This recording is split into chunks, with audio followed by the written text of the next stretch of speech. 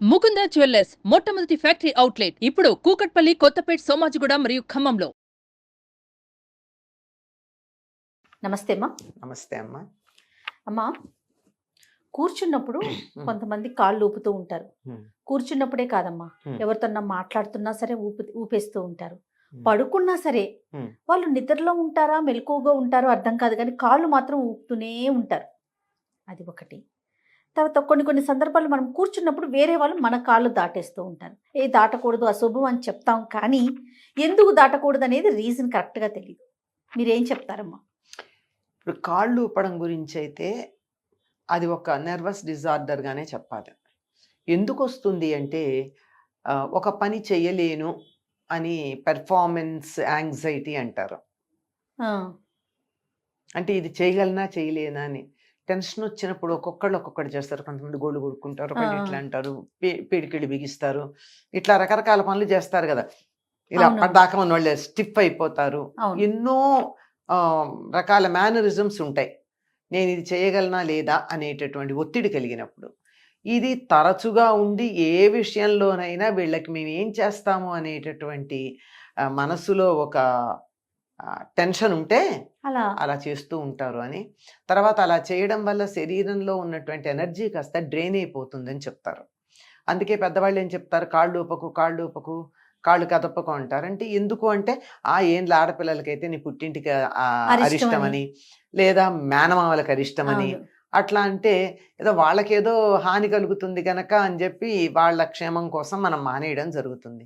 కానీ వాస్తవంగా జరిగేది ఏమిటి అంటే అదే జరుగుతుందో లేదో తెలియదు, కానీ వాస్తవంగా మాత్రం మన శరీరంలో ఉన్న ఎనర్జీస్ డ్రైన్ అవుతాయి. చెయ్యి ఇక్కడి నుంచి ఇలా పెట్టామంటే ఎనర్జీ కావాలి కదా.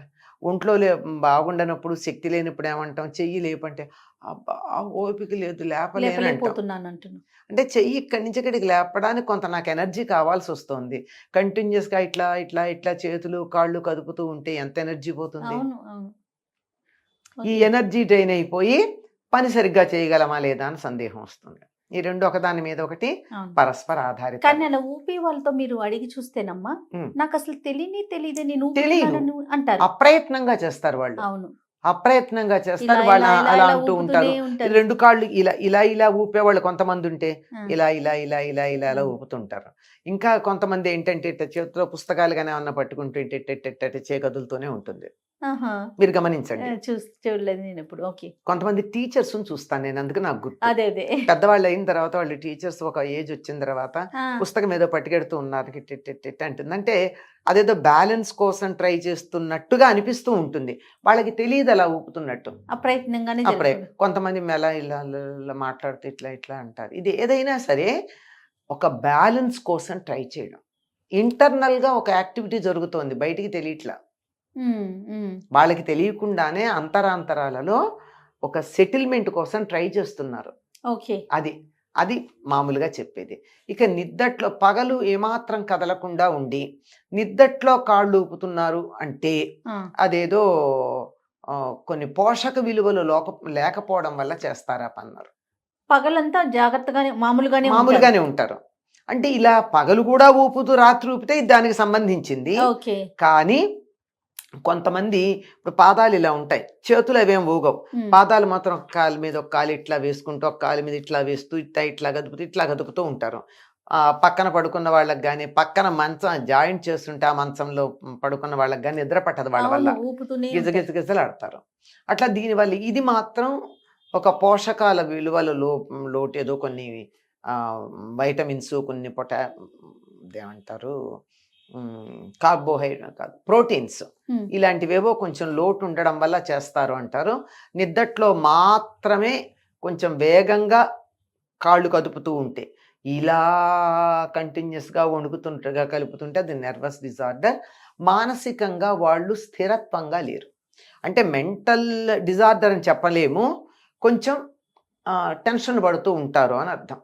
వాళ్ళు ప్రయత్నపూర్వకంగా మానాల్సిందే. నిద్దట్లో ఊపేది మాత్రం మందులకే, ఇది మాత్రం ప్రయత్నపూర్వకంగా పక్క వాళ్ళు ఎవరన్నా గుర్తు చేస్తూ నువ్వు ఇట్లా ఊపుతున్నావంటే అప్పుడు వాళ్ళు నిజంగా అది మానాలన్న ఉద్దేశం ఉంటే మాత్రం నేను ఎందుకు ఊపుతున్నాను, ఏ కారణంగా ఊపుతున్నాను, ఎప్పుడు ఊపుతున్నాను అన్నదాన్ని ఎనలైజ్ చేసుకుంటే దేనికి మనం కంగారు పడుతున్నాం అన్నది అర్థమవుతుంది. దాన్ని ఆటోమేటిక్. మార్చుకోవచ్చు. ఇది ఓకే. ఇంకా మీరు కాళ్ళు దాటడం. ఇలా ఊపే వాళ్ళు ఉన్నారనుకోండి, క్లాస్ రూమ్ లో కూర్చుని ఒక్క స్టూడెంట్ ఇలా ఊపుతున్నాడంటే మొత్తం క్లాస్కి డిస్టర్బెన్స్ అవుతుంది. అవును. ఒక silent సభలో గా ఉన్నప్పుడు కూర్చున్న ఒక నలుగురు కూర్చున్నప్పుడున్న ఓ సభలో కూర్చున్న 10 మంది మధ్యలో ఉన్న ఒక్కళ్ళు ఇలా అంటూ ఉన్నారంటే చూడండి వైబ్రేషన్స్, ఆ, ఆ, మొత్తం వాతావరణం అంతా శబ్దం Disturb అవుతుంది. రాకపోయినా డిస్టర్బ్ అవుతుంది. ఇతరులని డిస్టర్బ్ చేసే అధికారం మనకి లేదు గనక ఆ సంగతి గుర్తుపెట్టుకుని జాగ్రత్తగా ఉండాలి. జాగ్రత్తగా ఉండాలి. ఓకే. దాటటం అమ్మ. కాళ్ళు దాటడం మంచిది కాదమ్మా. అసలు ఎవరిని కూడా మనిషిని దాటకూడదమ్మా. ఒక మనిషిని అలా దాటారు అంటే అది ప్రాణం ఉన్న వస్తువుని దాటం కదా. చిన్నపిల్లలు అక్కడ పడుకున్నారు, దాటి పెడతామా? దాటకూడదు. వెళ్ళం కదా. అవును. వెళ్ళమమ్మ. వెళ్ళం కదా. మరి మన కాళ్ళు దాటారు అంటే అర్థం ఏంటి? మన్ని కూడా మనిషిగా కాక ఒక వస్తువుగా, పరిగణించాలి. ప్రాణం ఉన్న మనిషిగా కాక ప్రాణం లేని వస్తువుగా పరిగణించినట్టు అని అర్థం. అందువల్ల చాలా తప్పని చెప్తారు. ఒకవేళ అట్లా దాటితే మళ్ళీ ఇటు తిరిగి దాటమంటారు. దాటమంటారు. అందుకనే కాళ్ళు దాపు కూర్చోవద్దని చెప్తారు. అసలు గొడవే లేదు. ఇళ్ళల్లో ఎవరన్నా కాళ్ళు దాపుకొని కూర్చుంటే అలా కాళ్ళు దాపు కూర్చోవద్దు అంటారు. కానీ కొన్ని సందర్భాల్లో తప్పదు. ఆ, చిన్నపిల్లల్ని ఊళ్ళో పడుకోబెట్టుకోవాలనుకున్నా, లేదా కాళ్ళు ఏదైనా నొప్పిగా అనిపించినా, ఏదో కారణంగా. కానీ మామూలుగా అయితే అట్లా కూర్చోకూడదు కదా. అవును. అలా కూర్చున్నారు, కాళ్ళు అలా జాపు కూర్చున్నారంటే ప్రత్యేకమైన ప్రయోజనం కోసం కూర్చున్నారని అర్థం. పిల్లల్ని పడుకోబెట్టుకోవడానికో, వాళ్ళని తీసుకొచ్చి నీళ్లు పోయడానికో, లేకపోతే కాళ్ళు నొప్పులుగా ఉండి వాటికి ఏదో సేవ Relaxation. చేసుకోవడానికో కూర్చున్నారు అని అర్థం. అటువంటప్పుడు దాటకూడదు. ఓకే. మరి ప్రాణం ఉన్న చోట తప్పనిసరిగా దాని మీద కొంత ఆరా ఉంటుంది. మ్మ్. మ్మ్.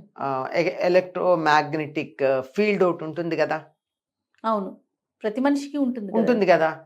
అది జీవ అయస్కాంత శక్తి ఏదో అంటారు, అది ఉంటుంది. అది ఉన్నప్పుడు దాన్ని మనం ఇలా బ్రేక్ చేసుకుంటూ పెడతామా? తప్పు. వెళ్ళకూడదు కదా. మ్మ్. అందుకని కాళ్ళు దాటకూడదు అంటారు. మనిషి పడుకున్నప్పుడు దాటరు, కాళ్ళు దాటకూడదు. మ్మ్. ఏదైనా సరే దానిని గౌరవించటం ప్రాణవంతమైనటువంటిది కనుక దాన్ని గౌరవించటం అని మామూలుగా చెప్పినా అక్కడ దాని యొక్క ఆరా డిస్టర్బ్ అవుతుంది, మ్మ్. దానివల్ల ఇబ్బంది కలుగుతుంది అని దాన్ని తక్కువ చేయొద్దని చెప్తారు. చాలా సంతోషం అమ్మా. నమస్తే. నమస్తే అమ్మ. సుమన్ టీవీలో మీ పర్సనల్ అండ్ బిజినెస్ ప్రమోషన్స్ కోసం కింది నెంబర్కి కాంటాక్ట్ చేయండి.